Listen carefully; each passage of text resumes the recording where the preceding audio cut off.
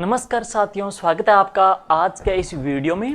और दोस्तों, हमारा जो आज का जो वीडियो है प्री बीएसटी जो एग्ज़ाम है प्री बीएसटीसी का, उसको लेकर के है।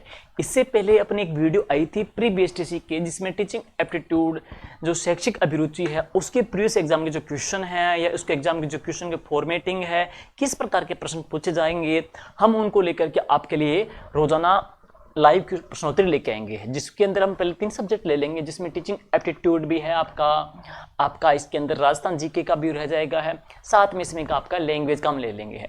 तो हम अब बात करेंगे आपके जीके के पोर्शन को लेकर के। तो आपके जीके के पोर्शन की बात करें साथियों, तो प्री बीएसटीसी के अंदर जैसे कि आपके रीजनिंग मानसिकता है, उसके कितने क्वेश्चन हैं, 50 क्वेश्चन है, उसके हम शुरू करेंगे। बहुत इंपॉर्टेंट क्लासें हैं इसके भी है, क्योंकि 50 क्वेश्चन इसके आने हैं, आपके रीजनिंग के हैं, मानसिक योग्यता के हैं। और जनरल जो अवेयरनेस है राजस्थान के, उसके भी कितने क्वेश्चन आएंगे, 50 क्वेश्चन आएंगे हैं। और इसके अलावा टीचिंग जो एप्टीट्यूड है उसके भी कितने आएंगे, 50 क्वेश्चन आएंगे। तो इन तीनों की बहुत हम कह सकते हैं मोस्ट इंपॉर्टेंट टॉपिक है, इनके अपने लाइव टॉपिक देकर के अपनी प्रश्नोत्तरी लेकर के आएंगे, आप भी अपडेट रहेंगे इनके साथ साथ में है।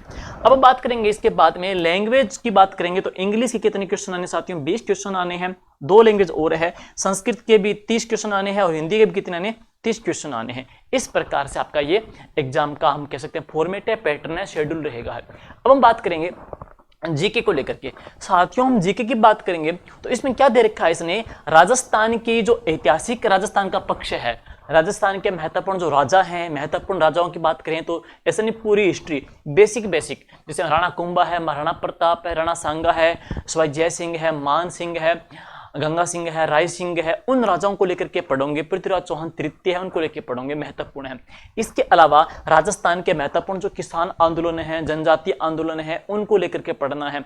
और इसके अलावा राजस्थान की जो सभ्यता स्थल है उनके बारे में बेसिक स्ट्रक्चर यानी कि जानकारी आपको होनी चाहिए। उसके बाद हम बात करेंगे, इसने दे रखा है राजनीतिक जो पक्ष है, तो राजनीतिक पक्ष के अंदर जैसे कि हमारी जो राजस्थान की जो राज व्यवस्था है उसको लेकर के जो ढांचा किस प्रकार का है, राज्यपाल है, मुख्यमंत्री, मंत्री परिषद है, राजस्थान के महत्वपूर्ण जो आयोग हैं, जैसे पिछली बार पूछा गया था महिला आयोग की स्थापना कब हुई थी, तो आयोग है, मानवाधिकार आयोग है, उनके अध्यक्ष कौन कौन से हैं, तो वो स्ट्रक्चर आपको बेसिकली हम पढ़ेंगे, यहाँ पे क्वेश्चन करेंगे तो आपके कंसेप्ट आपके सारे क्लियर हो जाएंगे वहां पे।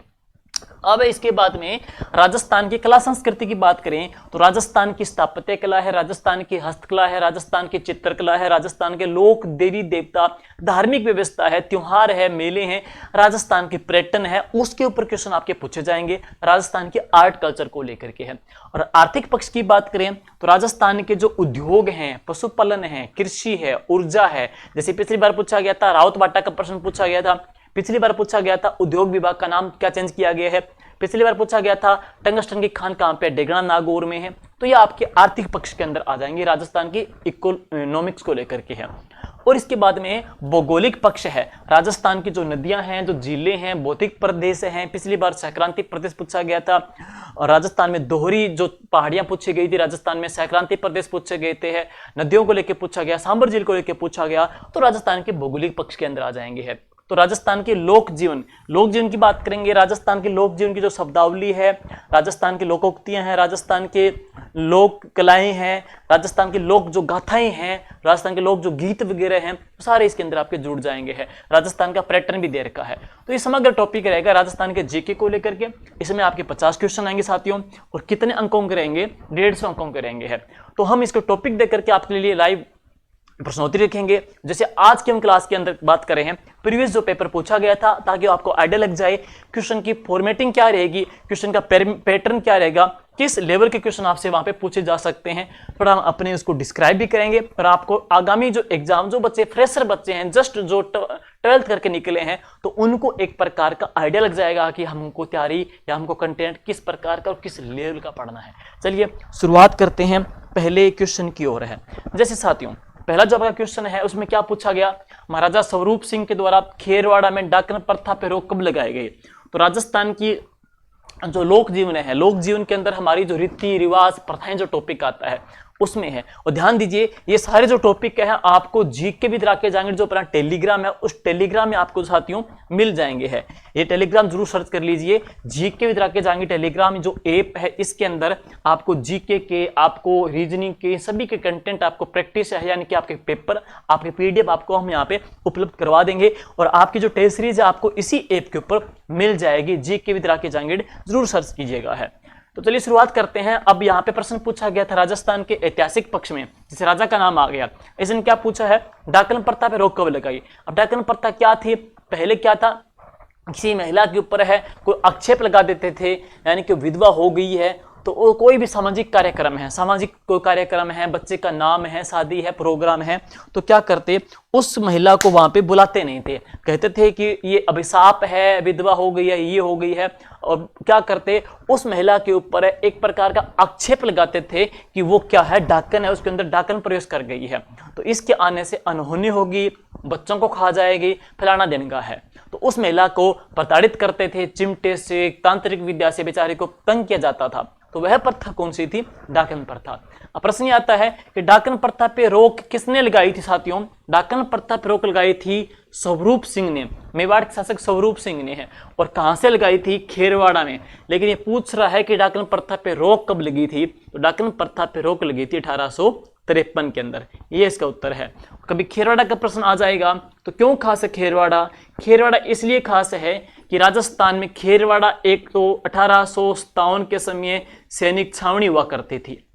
6 सैनिक छावनियों में से 2 ऐसी सैनिक छावनियां थी जहां पे विद्रोह नहीं हुआ था, उसमें कौन सा था, खेरवाड़ा है, और एक कौन सी, ब्यावर है। दूसरी बात, राजस्थान के अंदर मेवाड़ भील कोपर, जिसको शॉर्ट में MBC कहते हैं, मेवाड़ भील जो कोपर से है, उस बटालियन की जो स्थापना की गई थी खेरवाड़ा में हुई थी। और साथियों इसकी स्थापना कब हुई थी, 1841 के अंदर। तो इन दोनों में यह महत्वपूर्ण है। अब चलते हैं नेक्स्ट, इसके बाद में अगला जो क्वेश्चन है, राजस्थान की पहली मुख्य सचिव कौन थी साथियों, राजस्थान की पहली जो मुख्य जो सचिव थी तो वह कौन थी, पहली महिला पूछ रहा है, राजस्थान की पहली महिला मुख्य सचिव थी तो वह कौन थी, कुशाल सिंह थी, राजस्थान की पहली महिला मुख्य सचिव है। राजस्थान के वर्तमान मुख्य सचिव कौन है, तो सुधांशु पंत है, वर्तमान के अंदर है।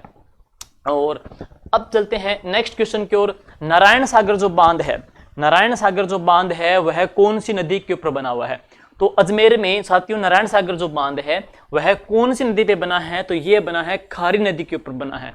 और जो नारायण सागर जो बांध है इसको अजमेर की लाइफ लाइन कहते हैं, तो इसको लाइफ लाइन कहा जाता है, तो इसको लाइफ लाइन बोल देते हैं। वो कौन से जिले की कहते हैं, इसको अजमेर की लाइफ लाइन भी साथियों इसको बोल देते हैं, अजमेर की लाइफ लाइन नारायण सागर बांध को है। इसके बाद चलते हैं, राजस्थान में टंगस्टन का भंडार मुख्यतः कहां पाया जाता है, देश की एकमात्र टंगस्टन की जो खान है। टंगस्टन की बात करते हैं तो टंगस्टन किसका ऐसक है, वुल्फ्रोमाइट, वुल्फ्रोमाइट का ऐसक है।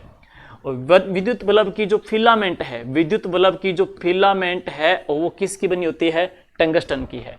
और देश की एकमात्र टंगस्टन की जो खान है साथियों वो कहां पर है, डेगाना में है। और डेगाना कहां पड़ता है, नागौर में पड़ता है। राजस्थान में टंगस्टन की बात करेंगे, डेगाना नागौर भी है। इसके अलावा बात करते हैं तो वालदा सिरोही भी है, वालदा सिरोही भी है। और एक क्षेत्र और कौन सा आता है, नाना कराब, और ये नाना कराब का क्षेत्र कहां पर है, पाली में भी है। तो राजस्थान में ये क्षेत्र है जहां से टंगस्टन मुख्यतः प्राप्त होता है। सबसे बड़ी देश की एकमात्र टंगस्टन की जो खान है साथियों तो वो कहां पर है, डेगाना नागौर में है। अगला चलते हैं, राजस्थान में अणु नगरी के नाम से प्रसिद्ध स्थान कौन सा है, राजस्थान की एटॉमिक पावर प्लांट, राजस्थान का अणु बिजली घर। देखिए दोस्तों, देश का दूसरा अणु बिजली घर, अणु बिजली घर की बात करेंगे तो देश का जो पहला अणु बिजली घर था वो कहां पे स्थापित हुआ था, तारापुर में। और ये तारापुर कहां पड़ता है, महाराष्ट्र में पड़ता है। ये पूछ रहा है अणु बिजली घर राजस्थान की, तो राजस्थान का कौन सा है, कोटा का है। रावतबाटा कहां पड़ता है, चित्तौड़गढ़ में। रावतबाटा कहां पड़ता है, चित्तौड़गढ़ में है। रावतबाटा एटॉमिक पावर प्लांट है। और ये किसके सहयोग से स्थापित है दोस्तों, तो यह है कनाडा के सहयोग से स्थापित है। और इसकी स्थापना कब हुई थी, 1965 में है। तो 1965 में स्थापित हुआ था। और यह है भारी जल के ऊपर आधारित है, बाहरी जल के ऊपर आधारित है। और यहाँ का जो बाहरी जल है हम किसको निर्यात करते हैं, अमेरिका को निर्यात किया जाता है। तो ये दाबित बाहरी जल के ऊपर आधारित देश का पहला है। स्थापना के अकॉर्डिंग देखा जाए तो ये देश का दूसरा अणु बिजली घर है जो कहां पे स्थापित हुआ है, रावतभाटा में स्थापित हुआ है। नेक्स्ट हम बात करेंगे कौन से भौतिक प्रदेश को सहक्रांति प्रदेश कहते हैं। जैसे कि हम बात करेंगे राजस्थान का, जो हम बात करेंगे मैप को लेकर के है, राजस्थान का जो मैप है, तो राजस्थान के मैप के अंदर आप देखोगे, राजस्थान के मैप के अंदर क्या है, इस ओर तो क्या अरावली फैली हुई है, इस ओर तो क्या अरावली फैली हुई है, और यहाँ पे क्या है, हाड़ौती का पठार है। तो अरावली और हाड़ौती के पठार के बीच में अरावली और हाड़ौती का जो पठार है, और इधर क्या है, विंध्याचल की पहाड़ियां हैं। तो इन तीनों के बीच के क्षेत्र को, इधर अरावली की पहाड़ियों का क्षेत्र, इधर हाड़ौती का पठार है, और यहाँ पे क्या विंध्याचल की पहाड़ियों का क्षेत्र है। हम कह सकते हैं जो पठारी प्रदेश है ना, ये क्या करता है, दोनों का विभाजन भी कर रहा है। तो ये क्या है, एक प्रकार का सहक्रांति प्रदेश है। तो पूर्वी जो पठार है, तो राजस्थान का दक्षिणी पूर्वी जो पठारी प्रदेश है उसे क्या बोल देते हैं, एक सहक्रांति प्रदेश भी इसको कहा जाता है। तो ये प्रश्न भी इंपॉर्टेंट है, राजस्थान के भौगोलिक पक्ष में आया है। नेक्स्ट, राजस्थान में पहला भूमिगत परमाणु परीक्षण है वो कहां पे हुआ था। राजस्थान में पहला भूमिगत परमाणु परीक्षण है वो कब किया गया था, सॉरी कब किया गया है, तो जैसलमेर में हुआ, पोखरण में हुआ है। और ये कब हुआ था, 18 मई 1974 को हुआ था पहला भूमिगत परमाणु परीक्षण है। और ये हुआ था कब, बुध पूर्णिमा है, लाफिंग बुध इसको नाम दिया गया था, नाम था लाफिंग बुध। तो बुध पूर्णिमा, इसको बुध पूर्णिमा के दिन ये पहला भूमिगत परमाणु परीक्षण है पोखरण जैसलमेर में किया गया था। नेक्स्ट, पोमचा क्या है, आपको पता है पोमचा एक प्रकार की ओढ़नी है। तो पोमचा क्या है भाई, एक प्रकार की ओढ़नी है। और 3 प्रकार के पोमचे चर्चित आते हैं कलर के आधार पे, 3 प्रकार की ओढ़नी। एक तो कौन सा पोमचा साथियों, पीला पोमचा है, एक कौन सा पोमचा, गुलाबी पोमचा है, और एक कौन सा है, काला। ये जो काला पोमचा है ना, इसको क्या बोल देते हैं, चीड़ का पोमचा कहते हैं। अब पीला पोमचा कब देते हैं, जब किसी महिला के पुत्र जन्म लेता है, जब किसी महिला के पुत्री जन्म लेती है तो कौन सा पोमचा भेंट करते हैं, गुलाबी पोमचा भेंट करते हैं। काला या चीड़ का पोमचा कौन सी महिला को दिया जाता है, विधवा स्त्री को जो भेंट किया जाता है, तो वह कौन सा है, काला या फिर चीड़ का पोमचा। तो यह एक प्रकार की ओढ़नी आ जाती है। नेक्स्ट हम चलते हैं, राजस्थान में वस्त्र चित्रण की जो कलमकारी जो कला है, ये कलमकारी किस में होता है, वस्त्र के डिजाइन में, चित्र में जो आपके प्रिंटिंग करते हैं उसमें काम आती है। फड़ में भी चित्र बनाए जाते हैं, बंदेज में भी है, अजरक प्रिंट में भी है, तो तीनों प्रकार में आ जाती है। ध्यान दीजिएगा, फड़ चित्रण कहाँ की प्रसिद्ध है, शाहपुरा जिले की प्रसिद्ध है। राजस्थान में बंदेज मंडी कहाँ पे, जोधपुर में है। राजस्थान में अजरक प्रिंट कहाँ की है, बाड़मेर की प्रसिद्ध है। तीनों में ये चीजें प्रसिद्ध है, कलमकारी कला है। नेक्स्ट, राजस्थान राज्य अभिलेखागार म्यूजियम है। राजस्थान का जो अभिलेखागार म्यूजियम है, जो अकादमी है ना, वो कौन से जिले में है दोस्तों, ये बीकानेर जिले में है। राजस्थान राज्य अभिलेखागार म्यूजियम कहाँ पे, बीकानेर में है। और एक बात और पूछ ले आपसे कि अभिलेखागार की जो स्थापना हुई थी तो वह कब हुई थी, 1955 में है। तो इसकी स्थापना कब की गई थी, 1955 में। कौन से जिले के अंदर है ये दोस्तों, बीकानेर जिले के अंदर है। नेक्स्ट, सालिम सिंह की हवेली, नथमल की हवेली, पटमों की हवेली, ये कई प्रकार की हवेलियां प्रसिद्ध है। सालिम सिंह की हवेली भी है, इसके अलावा नथमल की हवेली भी है। पत्थर की खिड़कियों के लिए चर्चित कौन सी, पटवों की हवेली भी है। दोस्तों ये सारी जो हवेली है कौन से जिले में है, जैसलमेर। जैसलमेर राजस्थान की हवेलियों की सिटी भी कहलाता है। जैसलमेर राजस्थान का अंडमान निकोबार भी कहलाता है, जिसमें जैसलमेर राजस्थान का गलियों का शहर भी कहलाता है। तो जैसलमेर की प्रसिद्ध है। और इसके बाद में है अगला जो क्वेश्चन है, राजस्थान का लोहा पुरुष किसे कहते हैं, दामोदर दास, हीरालाल शास्त्री, जयमलाल बजाज या सरदार पटेल। दोस्तों राजस्थान का लोहा पुरुष कहा जाता है सेठ दामोदर दास व्यास को है। दामोदर दास व्यास को राजस्थान के लोहा पुरुष की संज्ञा भी दे देते हैं। नेक्स्ट, दोहरी व अर्धचंद्राकार की पर्वतमालाएं हैं। दोहरी व अर्धचंद्राकार पर्वतमालाएं हैं, राजस्थान में कहते हैं तस्तरी नुमा पहाड़ियां है। तस्तरीनुमा जो पहाड़ियाँ, जिनको क्या बोल देते हैं, गिरुआ की पहाड़ियाँ। तस्तरीनुमा जो पहाड़ियाँ हैं, गिरुआ की जो पहाड़ियाँ दोस्तों, ये कौन से जिले के अंदर है, उदयपुर में है। तो इनकी आकृति क्या है, तस्तरी जैसी होती है, हम कह सकते हैं दोहरी या अर्धचंद्राकार आकृति होती है पर्वतमाला। और ये कौन से जिले के अंदर है दोस्तों, ये उदयपुर जिले में है। तो उदयपुर में गिरुआ की पहाड़ियाँ हैं। नेक्स्ट, एक जैसे 9 महल है। एक बार वापिस पढ़ेंगे, एक जैसे 9 को लेकर के वैसे बहुत सारे फैक्ट हैं। तो एक जैसे 9 महल, एक पढ़ेंगे 9 लखा महल, कंफ्यूज करेगा। और एक है 9 लखा दरवाजा, 9 लखा दरवाजा, 9 लखा दरवाजा। एक है 9 लखा झील और एक है 9 लखा बावड़ी। 9 लखा बावड़ी है, 9 लखा झील भी है। देखिए दोस्तों, एक जैसे 9 जो महल है ना, ये तो कहाँ पे है, नाहरगढ़ में। नाहरगढ़ में है। अपने 9 पासवानों के लिए किसने बनाए थे दोस्तों, माधो सिंह जी ने बनाए थे। 9 पासवानों के लिए माधो सिंह जी ने बनाए थे। एक जैसे 9 महल है। इसके बाद में 9 लखा नाम के जो महल है, 9 लखा नाम का जो महल है, ये किसने बनवाया था, ये बनवीर ने बनाया था। और कौन से दुर्ग में, चित्तौड़गढ़ के दुर्ग में है। लेकिन राजस्थान में एंट्री गेट है 9 लखा दरवाजा। 9 लखा दरवाजा है, कौन से दुर्ग का प्रवेश द्वार है दोस्तों, तो ये है रणथंभौर दुर्ग का प्रवेश द्वार है। राजस्थान में 9 लखा जो झील है वो कहाँ पर है दोस्तों, ये बूंदी जिले में है। 9 लखा जो बावड़ी है तो ये कहाँ पर है, डूंगरपुर के अंदर है, डूंगरपुर में आ जाती है। नेक्स्ट, राजस्थान सरकार ने, अभी आपका आ गया राजस्थान के आर्थिक पक्ष का आया है। राजस्थान सरकार ने उद्योग विभाग का जो नाम बदल करके क्या किया गया है दोस्तों, राजस्थान सरकार ने उद्योग विभाग का नाम बदल करके उद्योग एवं वाणिज्य विभाग कर दिया है। तो उद्योग एवं वाणिज्य विभाग इसका नाम किया गया है। राजस्थान सरकार ने उद्योग एवं वाणिज्य विभाग इसका नाम कर दिया है। नेक्स्ट, राजस्थान में एकी आंदोलन का प्रारंभ किसने किया था, तो राजस्थान में जो एकी आंदोलन चलाया था दोस्तों, ये किसने चलाया, मोतीलाल जी तेजावत ने चलाया था।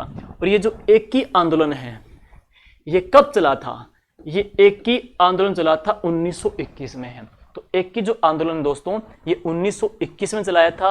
और किसने चलाया था, मोतीलाल तेजावत ने है। तो इसका जो आयोजन है वह किसने किया दोस्तों, मोतीलाल जी तेजावत ने किया है। एकी आंदोलन का नेतृत्व है मोतीलाल जी तेजावत ने किया। और हम बात करेंगे ये एकी आंदोलन किसके लिए चलाया है, तो आदिवासियों के लिए। तो भील जनजाति है, भील जनजाति में उनमें आपसी एकता स्थापित करने के लिए ये चलाया था।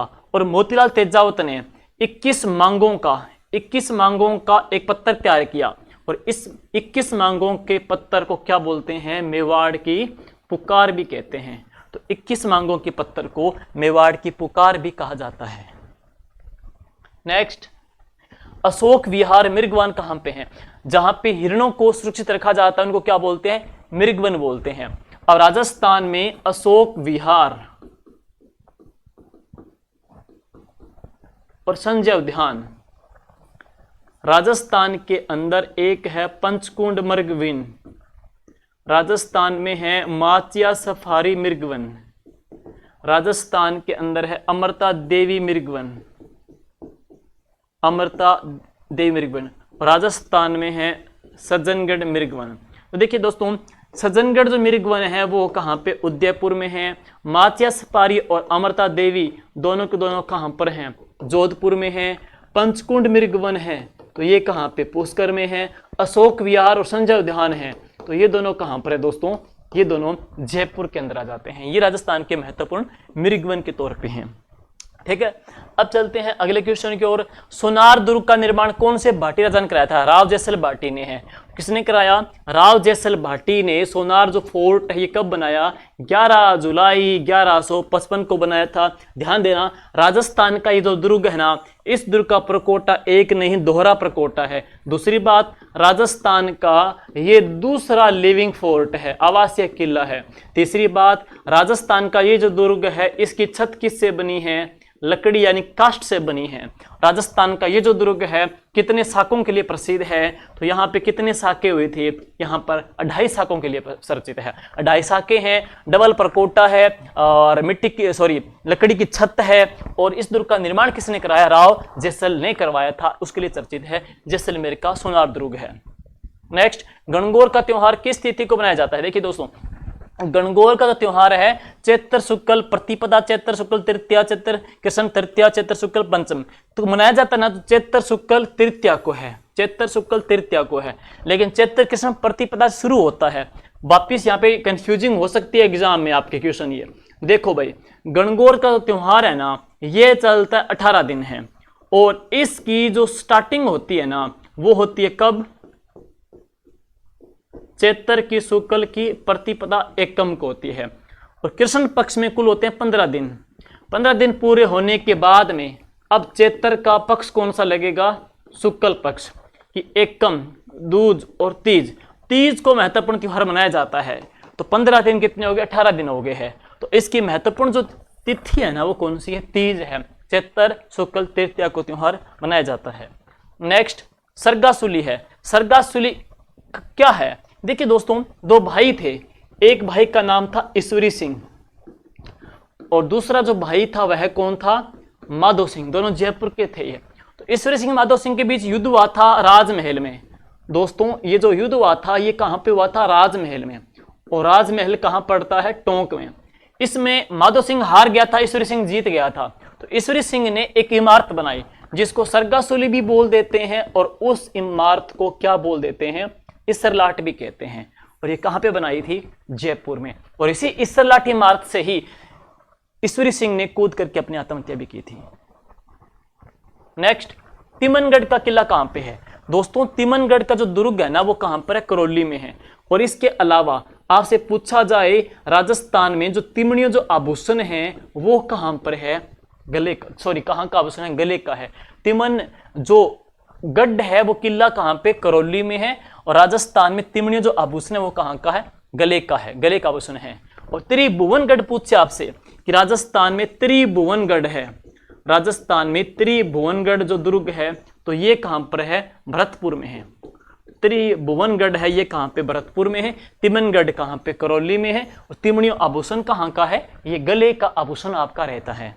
नेक्स्ट, बनी ठनी का चित्र किस शैली से संबंधित है। दोस्तों, बनी ठनी का बेहतरीन चित्र बनाया और इस चित्र को भारत की मोनालिसा कहते हैं।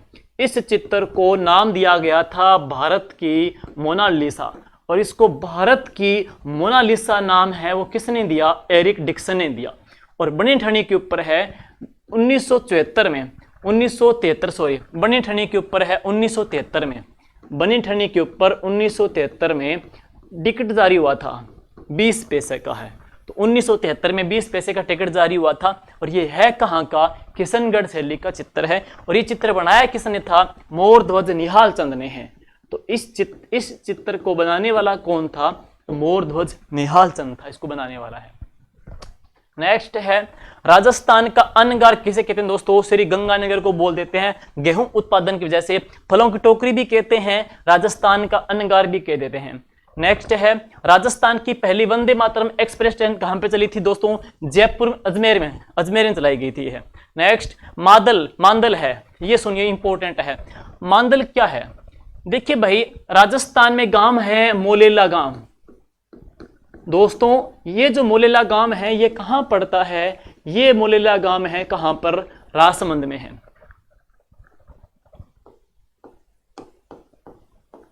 क्यों चर्चित है, टेरिकोटा कला के लिए। मिट्टी से जो बर्तन बनाते हैं वो मिट्टी से बना करके भट्टी में पकाए जाते हैं, तपाए जाते हैं। उन बर्तनों को क्या बोल देते हैं, टेरिकोटा के कला के बर्तन कह देते हैं। और यहाँ पर मिट्टी से एक वाद्य यंत्र बनता है, मिट्टी से एक वाद्य यंत्र बनता है। और इसमें क्या होता है कि दोनों साइड खोखली होती है, दोनों साइड खोखली के ऊपर क्या चमड़ा कस देते हैं, चमड़ा कस देते हैं, दोनों साइड खोखली पे चमड़ा कस देते हैं। चमड़े को पीट पीट के बजाते हैं, तो ये एक वाद्य यंत्र बन जाता है। और इसका नाम क्या है, मांदल है। मांदल चमड़े वाले वाद्य यंत्र में आता है। और चमड़े वाले वाद्य यंत्र कौन सी कैटेगरी का है, अवनत कैटेगरी का है। तीसरी बात, मांदल नाम का राजस्थान में एक नृत्य है, मांदल नृत्य कौन सी जनजाति का है? ग्रासिया जनजाति का है। तो ये क्या है? एक लोकवाद्य यंत्र है मांदल। नेक्स्ट है, कौन सा दुर्ग चिड़िया टूंग पहाड़ी पे है? तो चिड़िया टूंग जो दुर्ग कहते हैं दोस्तों, किसको बोलते हैं? मेहरानगढ़ को बोलते हैं। मेहरानगढ़ जो दुर्ग है वो चिड़िया टूंग की पहाड़ी के ऊपर बना हुआ है। नेक्स्ट है, प्रसिद्ध क्रांतिकारी विजय सिंह पथिक। विजय सिंह पथिक ने अपना जो नाम बदला रखा था ना, वह क्या रखा था? भूप सिंह है।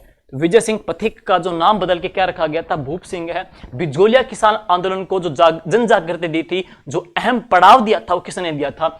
विजय सिंह पथिक ने दिया था। नवीन राजस्थान, तरुण राजस्थान, ये कुछ समाचार पत्र पढ़ोगे कल को, आप इन्हीं को लेकर के पढ़ोगे, बहुत इंपॉर्टेंट है। विजय सिंह पथिक किसानों का मसीहा भी इन्हें कहा जाता है।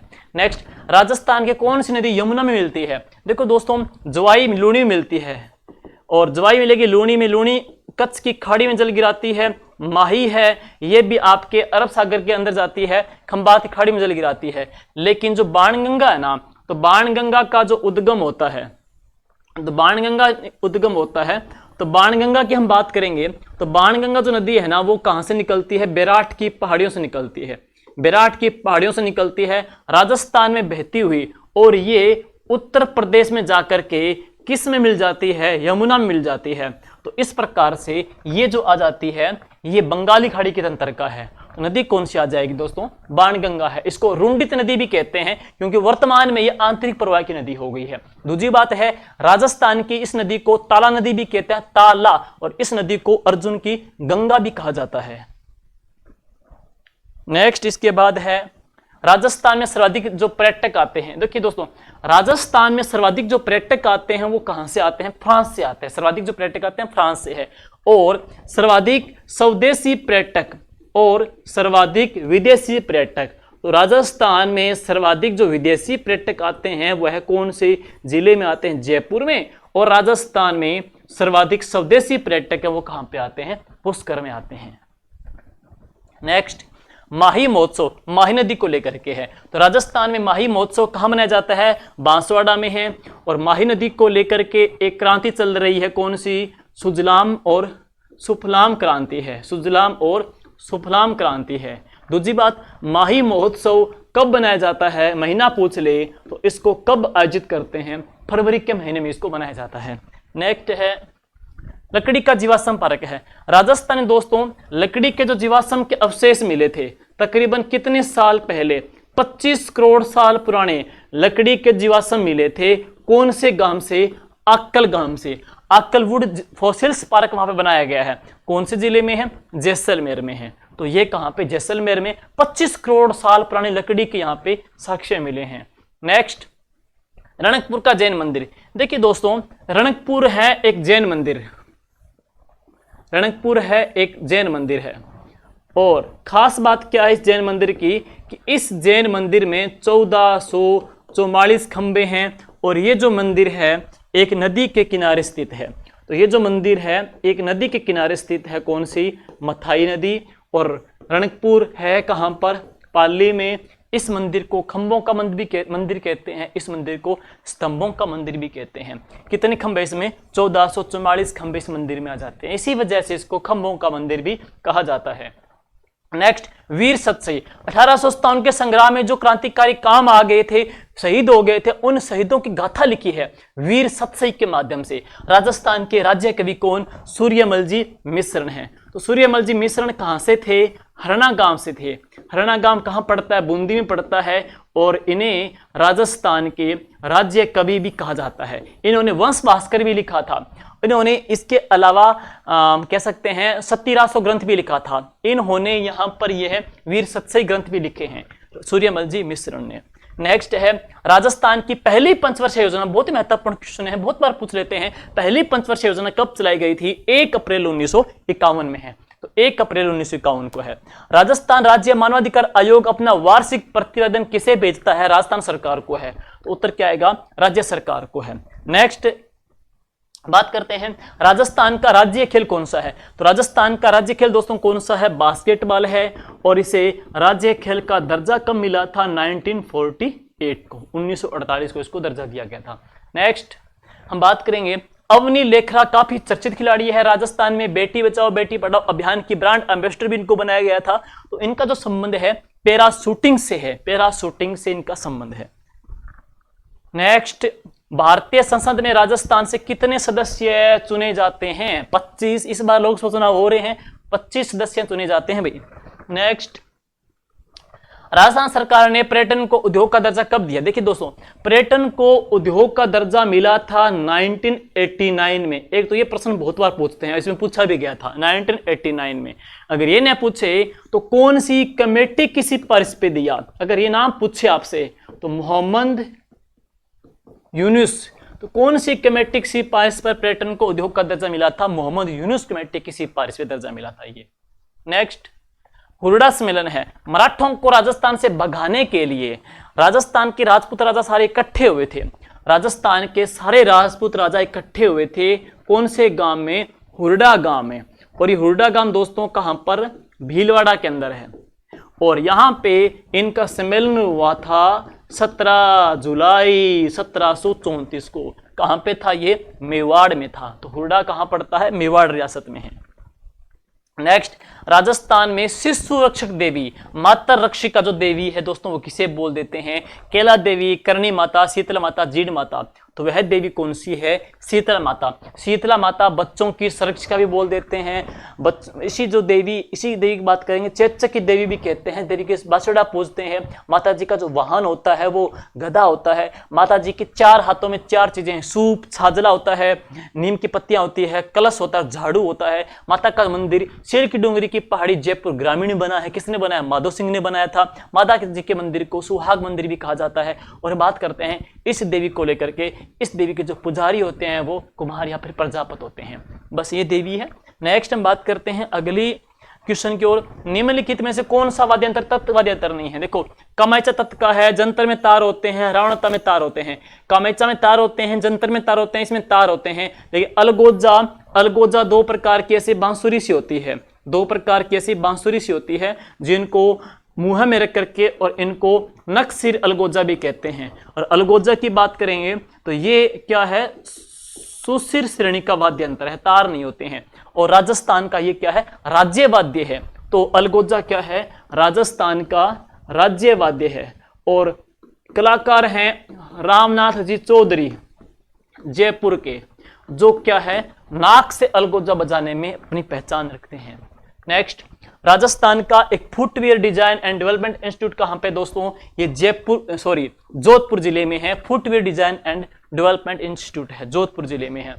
जहूर खान मेवाती का संबंध कौन से वाद्यंत्र से है? बपंग से है। तो जहूर खान मेवाती का जो संबंध है वह कौन से वाद्यंत्र से आ जाता है? बपंग है। और बपंग है कौन सी श्रेणी का वाद्यंत्र? तत्श्रेणी का। नेक्स्ट है, वाकल नदी को किस नाम जानते हैं? साबरमती नदी। साबरमती नदी निकलती है राजस्थान में पदराना गांव की पहाड़ी से, यहां पे इसको वाकल कहते हैं।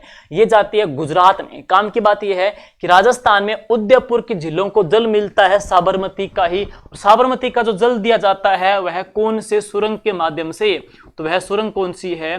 देवास जल सुरंग के माध्यम से है। और ये जाति कहां पर है? गुजरात में जाती है। गुजरात में गांधीनगर, अहमदाबाद, साबरमती का आश्रम इसी के किनारे स्थित है। नेक्स्ट इसके बाद में है, सोनार दुर्ग का निर्माण हमने पढ़ लिया, राव जैसल ने कराया था, प्रश्न दोबारा आ चुका है। और अंगरखी के ऊपर कौन सा वस्त्र पहना जाता है? पटका है, जो कमर के ऊपर ऐसे बांधते हैं और इसमें तलवार टांगी जाती थी। तो और इसके बाद हम बात करते हैं, राजस्थान में सबसे कम साक्षरता वाला जिला कौन सा दोस्तों? तो राजस्थान में जो न्यूनतम साक्षरता रखता है वो कौन सा रखता है? जालोर रखता है। और इसके बाद में, राजस्थान राज्य महिला आयोग का गठन किस वर्ष किया गया था? तो राजस्थान राज्य महिला आयोग का गठन हुआ था 1999 में है। ढांचा जो पढ़ेंगे 1+2+1 का है। तो 1 इसमें अध्यक्ष, 2 इसके सदस्य और 1 इसमें सचिव। तो कितने हुए? 4 का इसमें ढांचा रहेगा भाई। नेक्स्ट, राजस्थान का एकमात्र पक्षी चिकित्सालय कहां पे है दोस्तों? तो ये कहां पे? जोहरी बाजार में, जयपुर में है। जोहरी बाजार जयपुर में है। और इसके बाद में वालर नृत्य दोस्तों, राजस्थान का ये वालर नृत्य है, एकमात्र ऐसा नृत्य है जो कि बिना वाद्य यंत्र के होता है। तो बिना वाद्य यंत्र के। राजस्थान का ऐसा नृत्य जिसमें कोई भी तर्क संगत वाद्य यंत्र का प्रयोग नहीं किया जाता, कौन सा वालर नृत्य है। वालर नृत्य कौन सी जनजाति का है? ग्रासियों का। और ग्रासिया जनजाति राजस्थान में सबसे ज्यादा कौन से जिले में दोस्तों? सिरोही जिले के अंदर है। तो ये क्वेश्चन थे। हम क्वेश्चन करने का मतलब यही है कि क्वेश्चन आपके ऊपरी लेवल के पूछे जा रहे हैं, गहराई में नहीं पूछ रहे। ग्रासिया की उत्पत्ति कहां से हुई, कहां रहते हैं, फलाना वगैरह, इतना डीप नहीं पूछा, आपसे ऊपर ऊपर का पूछा है। तो आप एक बार स्मूथली बेसिकली पढ़ना, आराम से 50 क्वेश्चन कर देंगे हम। जो आप एक टेक्निक लेके चलेंगे, हम जो आपका शेड्यूल लेके चलेंगे उसको आप फॉलो करना, उस लेवल के क्वेश्चन पढ़ना, और डेफिनेटली दोस्तों आप इन 50 क्वेश्चन को अच्छे से कर पाओगे। बेहतरीन आपका जीके जीएस में स्कोर रहेगा है। बाकी आप बताइएगा कमेंट करके किस प्रकार के हम क्विज, किस प्रकार के हम टेस्ट सीरीज, किस प्रकार के हम प्रश्नोत्तरी शुरू करें, थ्योरी या प्रीवियस क्वेश्चन है, उस प्रकार का हम आपका आगामी यहाँ पे लाइव का सेशन रखेंगे। Thank you. जय हिंद, जय भारत।